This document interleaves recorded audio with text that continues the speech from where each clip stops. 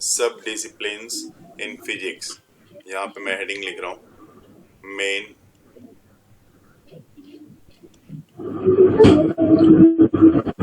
सब डिसिप्लिन्स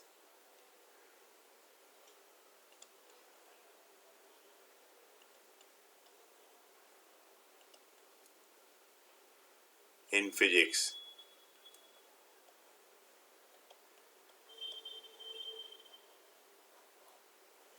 क्या मेन सब डिसिप्लिन्स हैं फिजिक्स में, वो मैं आपको यहाँ पे डिस्कस करूँगा यहाँ पे।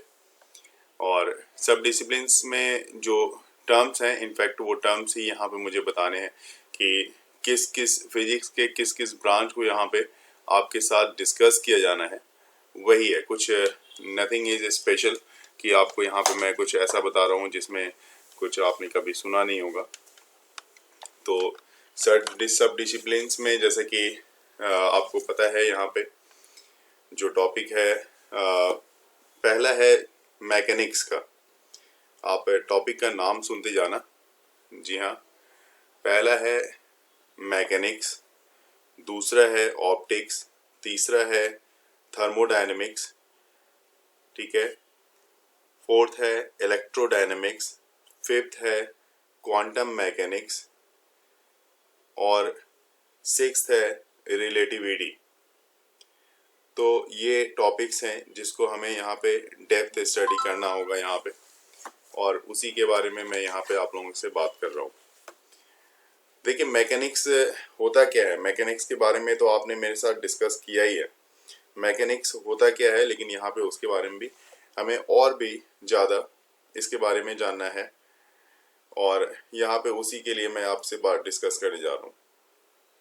पहले भी हमने यहाँ पे इसके बारे में बताया है कि इसमें जो डील किया जाता है, इक्विलिब्रियम में मोशन है, मोशन इक्विलिब्रियम में है या नहीं है, उसके बारे में हम लोग डिस्कस करते हैं, है ना। बॉडी की स्पीड जो है वो लो है, मतलब बॉडी की स्पीड कैसी है, स्पीड यूनिफॉर्म है, नॉन यूनिफॉर्म है, किस तरह की स्पीड है, उसके बारे में यहाँ पे हम लोग डिस्कस करते हैं।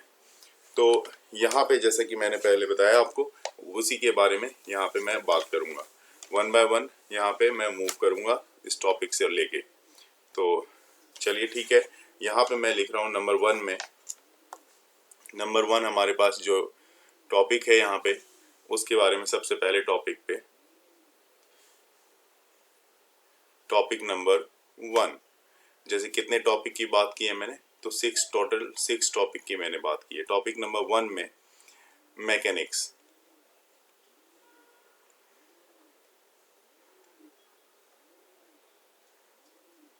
मैकेनिक्स सबसे पहला टॉपिक हमारे पास मैकेनिक्स है, और इसकी बात कर रहे हैं हम। तो इसमें मैं आपको बता दूं इसको कैसे डिफाइन किया जा सकता है। जैसा कि अभी मैं अपने वर्ड में बता रहा था, it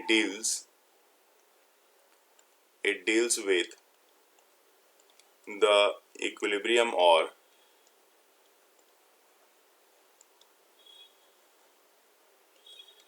with the equilibrium or motion of the material body,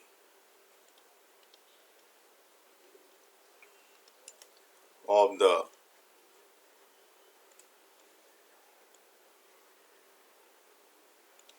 material body।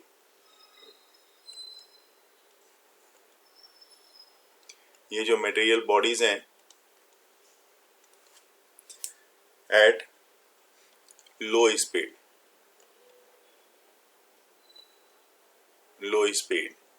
Note करते चले जाएंगे आप।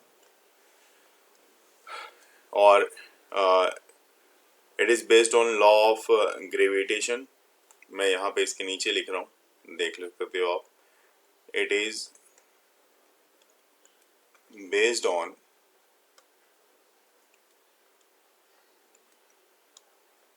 laws of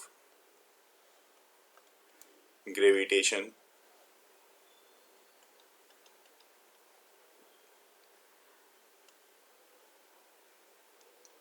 right. आपने इसी में आपको रॉकेट प्रोपल्सन भी पढ़ना है, यहाँ पे मैं उसके बारे में भी लिख रहा हूँ, द रॉकेट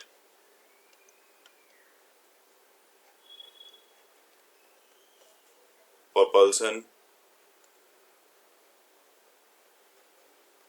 ये बहुत ही इंटरेस्टिंग और थोड़ा लेकिन कॉम्प्लिकेटेड टॉपिक है। रॉकेट प्रोपल्सन का मैकेनिक्स में आपको इसकी स्टडी करनी जरूरी है, ठीक है। और नेक्स्ट है equilibrium of rod bend under a load. Equilibrium of rod, जो भी रॉड है, जो भी सिर्फ रॉड की बात नहीं है यहाँ पे, रॉड में लिख रहा जरूर हूँ, सिर्फ रॉड की बात नहीं है, बहुत सारे ऐसे बॉडी हैं जो बैलेंस में हो सकते हैं। तो यहाँ पे मैंने रॉड लिया है कि समझने के लिए, बेंड अंडर अ लोड। तो आप किसी भी रॉड पे अगर कोई लोड आप देते हो तो वो भी बेंड होता है, तो उस तरह की बात होती है यहाँ पे। तो वो बेंड अंडर अ लोड आपको यहाँ पे, जो मैं यहाँ पे दिखा रहा हूँ आपको। दूसरी चीज़ है, इसके अलावा भी बहुत सारा है कि propagation of water waves, sound waves in air, ये सारी चीज़ों के बारे में यहाँ पे मैं इसमें ATC लिख देता हूँ। ये सब की स्टडी आपको यहाँ पे करनी है, ठीक है। दूसरा पार्ट जो आपका आता है वो है ऑप्टिक्स। ऑप्टिक्स से तो ऐसा ही पता लगता है जैसे सुन के, नाम सुन के ही, कि ये कोई ग्लास है ना। जैसे आपने 10th क्लास में स्टडी किया था लाइट में, मिरर है ना, मिरर की स्टडी की थी आपने, लेंस का स्टडी किया था। तो जैसा ऐसा ही है कि कहाँ कहाँ क्या पोजीशन हो सकती है। यहाँ पे थोड़ा उसके अपग्रेड वर्जन को हम लोग यहाँ पे देखेंगे। तो it deals with the nature of propagation of light. सबसे पहली चीज़ यहाँ पे ऑप्टिक्स में जो नेचर है लाइट की, उसके बारे में डिस्कस की जानी है।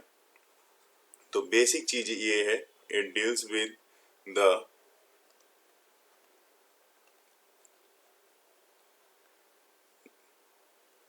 नेचर एंड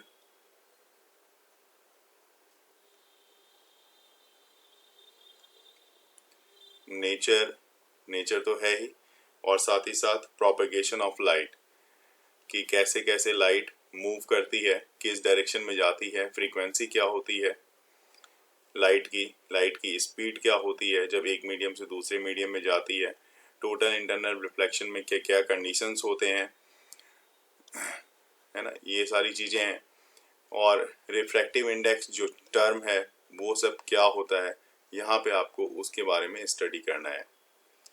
तो ये लाइट है, और इसमें जैसे कि आपने 10th में स्टडी भी किया था कि अलग अलग फॉर्मेशन होती है ना इमेज की। तो इमेज की अलग अलग फॉर्मेशन की, इमेज मिरर में कहाँ पे ऑब्जेक्ट को कहाँ पे रखा जाता है तो उसकी इमेज कहाँ पे बनती है, ठीक है। ये सारी चीज़ों का इवन जब आपने उसमें देखा होगा तो उसमें ये भी आपने ऑब्जर्व किया होगा, प्रिज्म के बारे में आपने उसमें स्टडी किया होगा। नो डाउट प्रिज्म के बारे में भी आपने उसमें स्टडी किया है, और प्रिज्म के बारे में भी देखा है कि प्रिज्म में लाइट की डेविएशन कैसी होती है, और एंगल ऑफ डेविएशन यहाँ पे आपको देखना होगा। एंगल ऑफ डेविएशन कैसे निकालते हैं, प्रिज्म के एंगल ऑफ डेविएशन का फॉर्मूला क्या होता है, यहाँ पे थोड़ा उसको भी अच्छे से डिटेल में हम लोग यहाँ पे स्टडी करेंगे। तो it deals with the formation of image, it deals with the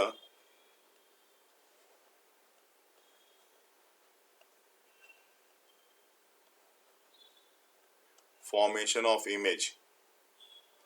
मैंने पहले ही आपको यहाँ पे बताने की कोशिश की है, बिल्कुल बेसिक से एकदम सारे चीज़ को यहाँ पे देखना होगा और पूरा लास्ट तक देखना होगा।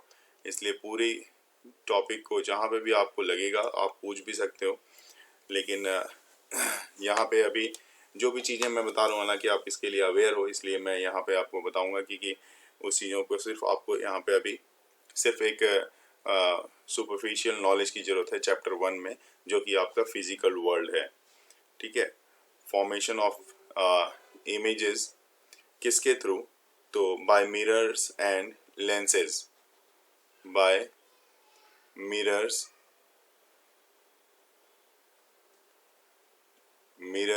And lenses. ठीक है, तो ये चीज़ है। यहाँ पे एक चीज़ आपको देखना है, जो कलर्स इन द फिल्म्स मतलब कहने का मतलब सोप बबल आप देखते हो, सोप बबल, या कभी कभी ऐसा भी होता है, घर में भी आप देखा होगा आपने, कभी पानी पे सरफेस पे गिरे हुए पानी के ऊपर अगर ऑयल का ड्रॉप गिर जाए तो उस पे ऑयल ड्रॉप के कारण जो होती है मल्टीपल कलर्स आपको देखने को मिलता है। तो उसी के बारे में यहाँ पे बताया जा रहा है, कलर्स और इन द फिल्म्स, कलर्स इन। अब वो सोप में अगर बनता है, सोप में सोप का जो बबल होता है तो उसको थिन फिल्म्स बोलते हैं हम लोग। तो यहाँ पे मैं थिन फिल्म्स लिख देता हूँ। इस तरह की चीज़ें हैं यहाँ पे, और ये भी हमें यहाँ पे पूरी डेप्थ स्टडी करके स्टडी करनी पड़ेगी। जैसा कि चैप्टर मैंने ये जो आपको पढ़ना पड़ेगा, जैसे ऑप्टिक्स का पार्ट तो है, मैकेनिकल प्रॉपर्टीज ऑफ फ्लूइड में फिल्म के बारे में, सोप बबल के बारे में पढ़ेंगे, वहाँ पे उसके सरफेस टेंशन के बारे में पढ़ेंगे। ये सारी चीज़ें वहाँ पे हम लोग स्टडी करेंगे। मैं चाहूँगा कि आप यहाँ पे स्क्रीन शॉट आप ले लो एक। मैं फिर से ये थोड़ा सा स्क्रीन शॉट मैं चाहूँगा आप यहाँ पे एक बार ले लो। ये आ गया, इसका स्क्रीन शॉट ले लो आप। चलिए आगे स्क्रॉल कर रहा हूँ। होपफुली आपने स्क्रीनशॉट इसका ले लिया होगा। तो इसको मैं स्क्रॉल कर रहा हूँ। टॉपिक वाइज जैसे यहाँ पे देख रहे हैं, थर्मोडायनेमिक्स में हमें क्या स्टडी करना है वो चीज़ मैं यहाँ पे आपको बताऊंगा। तो देखिए क्या क्या चीज़ों के बारे में इसमें हमें पढ़ना है। मैं लिख रहा हूँ, it deals with a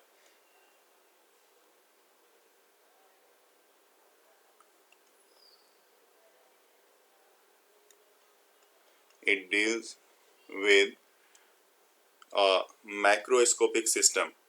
macro ध्यान रखेंगे, मैक्रो इन लार्ज पार्ट के पॉइंट ऑफ व्यू से कंसीडर किया जाता है। Macroscopic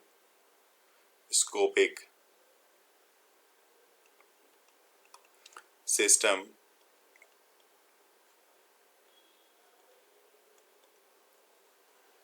in equilibrium.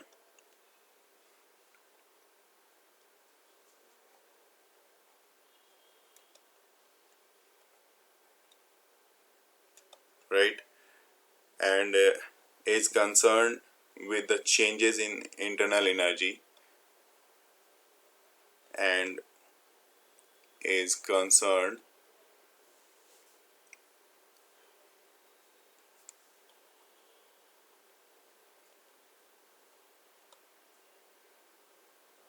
ये जो कंसर्न रहेगा आपसे किस किस चीज से कंसर्न है, तो वो यहाँ पे हम लोग देखेंगे।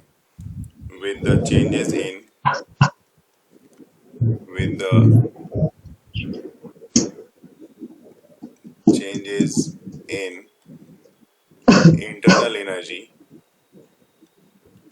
इंटरनल एनर्जी को डेल्टा यू से हम लोग रिप्रेजेंट करते हैं, और उसकी रिप्रेजेंटेशन भी हम लोग यहाँ पे, इसका न्यूमेरिकल्स भी है वो भी हम लोग समझेंगे।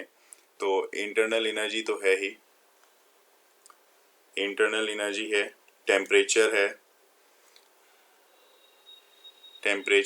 etc, ये सारी चीज़ों के बारे में हमें यहाँ पे स्टडी करना है। इनफैक्ट यहाँ पे हमें हीट इंजन, रेफ्रिजरेटर, ये सब भी हमें यहाँ पे स्टडी करना होगा। फोर्थ पॉइंट को मैं यहाँ पे बात करता हूँ, पॉइंट 4, इलेक्ट्रोडायनामिक्स। इलेक्ट्रो मतलब इलेक्ट्रिक तो है ही और डायनामिक्स भी है। तो इलेक्ट्रो डायनेमिक्स की बात करेंगे, मतलब जो फीचर्स हैं यहाँ पे दो चीज़ों का कॉम्बिनेशन है। वर्ड से देखा जाए तो ये समझ में आता है कि दो चीज़ों का कॉम्बिनेशन है।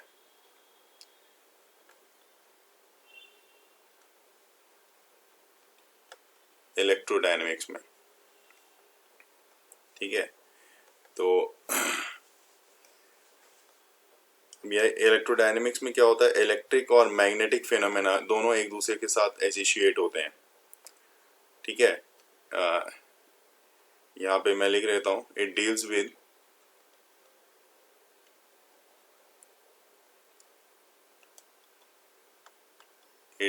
With electric and magnetic phenomena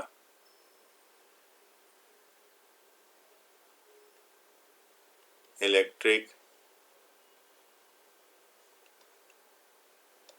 and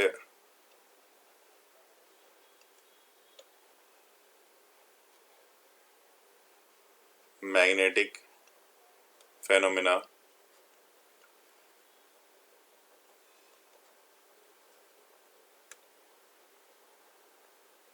दोनों ही का ही यहाँ पे देखा जाएगा एसोसिएटेड विद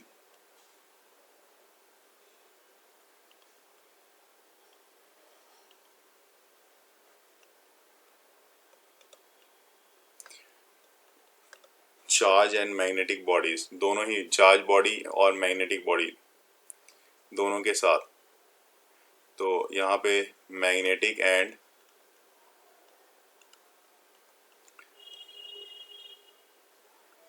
चार्ज बॉडी,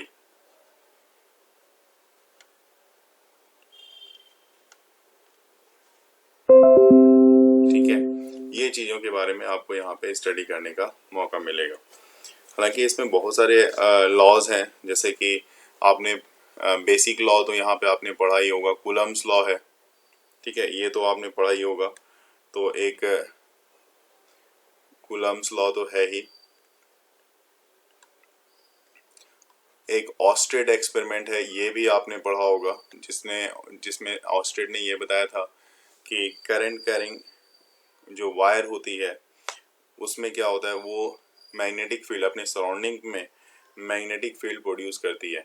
तो ऑस्टेड साइंटिस्ट का नाम है, तो ऑस्टेड एक्सपेरिमेंट भी आपने पढ़ा होगा वहाँ पे, तो ये भी हमें देखने को मिलेगा। Even Ampere's law, Faraday's law, ये सब बड़े बड़े नाम हैं साइंटिस्ट के, जिन्होंने अपने अच्छे परफॉर्मेंस देके एक बेहतरीन एक्सपेरिमेंट को यहाँ पे दिया है, और उस बेसिस पे आज फिजिक्स बहुत कुछ आगे ग्रोथ कर चुका है। तो ये सब जो है, ये सब लॉ यहाँ पे आपको पढ़ने को मौका मिलेगा। इसके अलावा फिफ्थ पार्ट में मैं आपको बताऊं, यहाँ पे हमें डिस्कस करना है क्वांटम मैकेनिक्स। जो नाम तो बहुत बार हम लोग बात करते हैं कि भाई क्वांटम मैकेनिक्स, लेकिन ये नाम यहाँ पे आपको बेहतरीन तरीके से यहाँ पे मैं आपको थोड़ा सा एक बार में इंट्रोड्यूस करना चाहूँगा कि क्वांटम मैकेनिक्स में हमें क्या स्टडी करना है। तो देखिए, क्वांटम मैकेनिक्स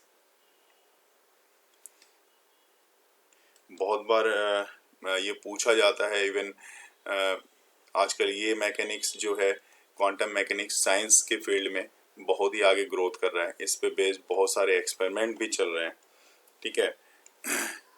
तो इसके बारे में मैं आपको यहाँ पे बता रहा हूँ। क्वांटम मैकेनिक्स में आपको क्या करना है कि किसके बारे में ये डील करता है, तो प्रॉपर मैं यहाँ पे लिख रहा हूँ, it deals with the mechanical behaviour, it deals with the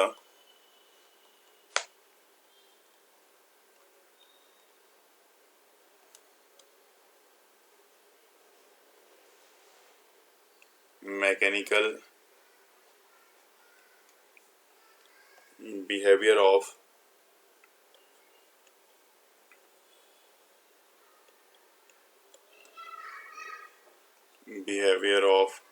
किस का, तो सब माइक्रोस्कोपिक पार्टिकल्स,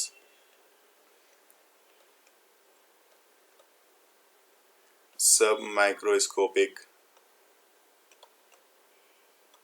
पार्टिकल्स। अभी नाम सुन के आपको लग रहा होगा कि ये सब कौन कौन से पार्टिकल्स हैं, पता नहीं क्या क्या पढ़ना पड़ेगा, लेकिन फिजिक्स में बहुत सारी चीज़ों को आपको यहाँ पे ध्यान में देना पड़ेगा।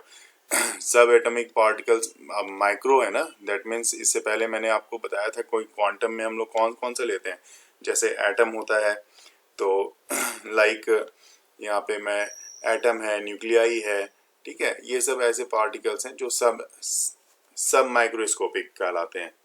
तो like atoms, nuclei and electron, proton, ये सारी चीज़ें इसमें आती हैं। तो यहाँ पे मैं लिख रहा हूँ इलेक्ट्रॉन,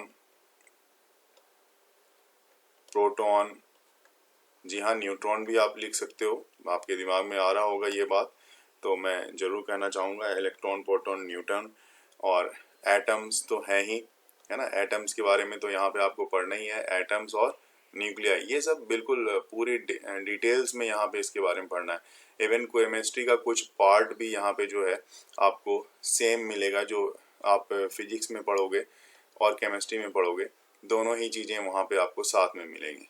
तो एटम और न्यूक्लियाई ETC ये सारी चीज़ों के बारे में पढ़ना है। इसके साथ साथ 6 पॉइंट जो है वो हमारे पास रिलेटिविटी की है। अब रिलेटिविटी क्या होता है, तो रिलेटिविटी नॉर्मली जो होती है उसके बारे में आप ये जान लो कि जब किसी एक के रिस्पेक्ट में दो दूसरे टर्म्स को जो कि सेम प्रॉपर्टी का होता है उसको हम लोग कंपेयर करते हैं, तो इस टर्म्स को इसको हम नाम देते हैं रिलेटिविटी, है ना। तो इट इज़ इसके बारे में भी यहाँ पे मैं लिख दूँ यहाँ पे कि ये क्या है, वो भी आप देख लो। It is theory of invariance, theory of invariance.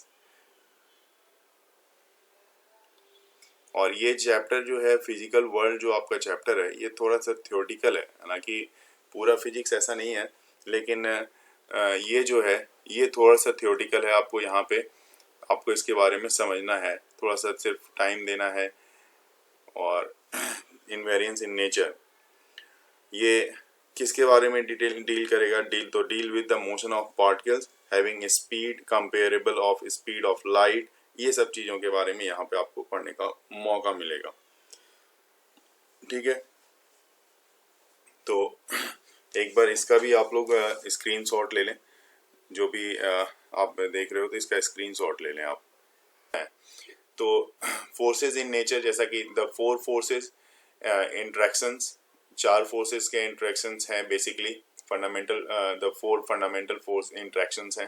पहला ग्रेविटेशनल फोर्स है। ग्रेविटेशनल फोर्स में आपको पता है, आपने इसमें पढ़ा भी था, आपने खुद इसके फॉर्मूले को लिखा भी है और अब जानते हो F equal to G m1 m2 by R square, यही तो फॉर्मूला होता है m1 m2 by R square. और इसके बारे में अगर मैं बताऊं कि ये जो आर स्क्वायर लिखा यहाँ पे, मतलब एक बॉडी m1 यहाँ पे हुआ करती थी, एक बॉडी m2 यहाँ पे, और इवन इसके बीच की डिस्टेंस r लेते थे आप, तो आप ये फॉर्मूला ऐसे निकालते थे, बोलते थे कि F जो है ये force is directly proportional to product of masses, मतलब एक मास m1 है और एक मास m2 है, तो इस दोनों के मास के प्रोडक्ट होता था। ये मास मान लो आपका पहला वाला m1 है और ये m2 है, और दूसरा आप कहते थे कि इन्वर्सली प्रोपोर्शनल होता है इसके स्क्वायर के डिस्टेंस के, तो ये डिस्टेंस है और इसका स्क्वायर का इन्वर्सली प्रोपोर्शनल हो गया, और इसी दोनों को कंबाइन कर देते तो आप बोल देते F इक्वल टू हो जाता है, F डायरेक्टली प्रोपोर्शनल होता है m1 m2 upon are square, ये बोल देते आप। तो ये प्रोपोर्शनलिटी को ही हटा के, ये जो प्रोपोर्शनलिटी साइन G दिया है आपने, प्रोपोर्शनलिटी को हटा के, जहाँ की G की वैल्यू आपको याद अगर होगी तो अच्छी बात है, G की वैल्यू 6.67 इंटू 10 पावर 11 होती थी, 6.67 इंटू 10 रेज़ पावर 11, ठीक है, ये वैल्यू हुआ करती थी G की, अगर आपको याद होगा वहाँ पे। तो ये अपने आप में ये बिल्कुल बेसिक सा मैं जैसा कि हमेशा बोल रहा हूँ बेसिक चीज़ है। यहाँ पे एक चीज़ यहाँ पे आपको बता दूँ, ये जो ग्रेविटेशनल फोर्स है, अगर यूनिवर्स में कोई भी 2 बॉडी है, जैसे कि मैं यहाँ बैठा हूँ, आप कहीं भी बैठे हो, या आपके साथ वहाँ पे पेन पेपर कुछ भी है, हर किसी का अपना अपना वहाँ पे फोर्स लगता है, ठीक है, हर किसी का वहाँ पे अपना अपना फोर्स लगता है, और उस फोर्स को हम लोग क्या बोलते हैं, उस फोर्स को हम लोग बोलते हैं ग्रेविटेशनल फोर्स। देखिए यहाँ पे ग्रेविटेशनल फोर्स और ग्रेविटी ये 2 अलग अलग टर्म्स हैं। अगर ग्रेविटी कहा जाए तो ग्रेविटी जो लगती है ना वो अर्थ और सरफेस के बीच लगती है, ध्यान देंगे मेरी बात को आप समझेंगे। ग्रेविटी में हमेशा मेजर रोल प्ले करता है अर्थ, तो अर्थ और सरफेस के बीच जो कोई फोर्स लगता है उसको हम लोग बोलते हैं ग्रेविटी। और इसके अलावा दूसरा, अगर 2 यूनिवर्स में किसी 2 बॉडी के बीच अगर फोर्स लग रहा होता है तो उसको हम लोग बोलते हैं ग्रेविटेशन, ठीक है, इस बात को याद रखेंगे। यूनिवर्स में किसी 2 बॉडी के बीच भी फोर्स लग रहा होगा तो उसको हम लोग बोलेंगे ग्रेविटेशन, ये चीज़ ध्यान में रखेंगे। तो वैसे ही अब यहाँ पे आपके पास जैसे कि मैंने यहाँ पे दिखाया ग्रेविटेशन में, तो दो बॉडी, कोई भी दो बॉडी यूनिवर्स में कहीं पे भी दो बॉडी जैसे आप लेते हो, तो यूनिवर्स में जो दो बॉडी आप ले रहे हो उस यूनिवर्स की दो बॉडी की बात जो की जा रही है वो कांस्टेंट फोर्स है। जो ग्रेविटेशनल फोर्स जो होती है दो बॉडी के बीच वो मतलब जी की जो वैल्यू यहाँ पे मैं 6.67 लिख रहा हूँ, ये जी की वैल्यू कांस्टेंट होती है। कहीं पे भी ये जी की वैल्यू ऐसे नहीं कि जी की वैल्यू चेंज होती है, लेकिन स्मॉल जी, दो तरह के जी का यूज करते हैं हम लोग ग्रेविटेशन में, एक स्मॉल जी होता है, कैपिटल जी होता है। लेकिन कैपिटल जी की जो वैल्यू होती है वो हर जगह कांस्टेंट होती है, वो बढ़ती नहीं है, कहीं ऐसा नहीं कहीं बढ़ रही कम। स्मॉल जी की वैल्यू में चेंजेस आता है, स्मॉल जी जो होता है वो चेंज हो सकता है, उसकी वैल्यू वहाँ पे बढ़ सकती है या घट सकती है। ठीक है। अब कुछ जैसे यहाँ पे आपको यूनिट्स में भी आपको देखने को मिलेगा, मैं आपको कुछ यूनिट से रिलेटेड भी चीज़ आपको यहाँ पे बताऊंगा। तो ग्रेविटेशन तो क्लियर है, और ग्रेविटेशन में जो फोर्स लगता है, हालांकि प्रैक्टिकली हम लोग जब किसी चीज़ को मेज़र करते हैं तो वहाँ पे फोर्स की बात करते हैं, तो वहाँ पे जो फोर्स लगता है उसकी वैल्यू को हम लोग निकाल सकते हैं, उसकी वैल्यू फाइंड आउट हो सकती है। लेकिन जो देखा जाए थ्योरेटिकली दो बॉडी के बीच जो ग्रेविटेशनल फोर्स लगता है वो इनफाइनाइट होता है ना। उसकी कोई ऐसी नहीं है कि दो बॉडी के बीच यहाँ पे अगर कोई बॉडी यूनिवर्स में कहीं पे दूसरी जगह पे भी रखी हुई है तो उस पर फोर्स नहीं लग रहा होगा, ऐसी बात नहीं है, वहां पे भी फोर्स लगता है। ठीक है। तो कहने का मतलब ये हुआ कि gravitational attraction is always attractive and does not depend upon the size, ये साइज पे भी डिपेंड नहीं करता, और any other parameters except inertia, inertia के अलावा किसी दूसरे पैरामीटर पे ये डिपेंड नहीं करता है। तो it also independent of the medium between the masses, मतलब जैसे मान लो कि यहाँ पे मैं बैठा हूँ और बाहर में अगर कोई मतलब बहुत दूर पे दूसरे स्टेट में कोई दूसरा आदमी बैठा है, तो इसके बीच में बहुत सारे ऐसे इंटरप्शन होंगे, ऐसे वॉल्स होंगे, लेकिन वो उस मीडियम पे डिपेंड नहीं करता है, वो सीधा क्या करता है उससे इंडिपेंडेंट होता है, चाहे मीडियम कुछ भी रहे तो उससे इंडिपेंडेंट होता है। ये ग्रेविटेशनल फोर्स माना जाता है। तो ग्रेविटेशनल फोर्स का फॉर्मूला यहाँ पे आपके लिए ये चीज आपको यहाँ पे दिख रहा है। ठीक है। तो आज मैं ग्रेविटेशनल फोर्स तक ही रहने दूंगा, इसके बाद जो है अगले चैप्टर में, अगले के टॉपिक में मैं इसको थोड़ा सा आगे ले जाऊंगा, क्योंकि फोर्स के बारे में थोड़ा डिटेल में मुझे समझाना है। ऐसा नहीं कि ये फोर्स छोटे मोटे चीज़ों को लेकर काम करना है, तो उसको भी मैं यहाँ पे डिस्कस करूँगा। जैसे कि अगले के बारे में मैं बता ही रहा था, और सारी वैल्यू जैसे क्या क्या स्ट्रेंथ होती है, क्या वैल्यू होती है,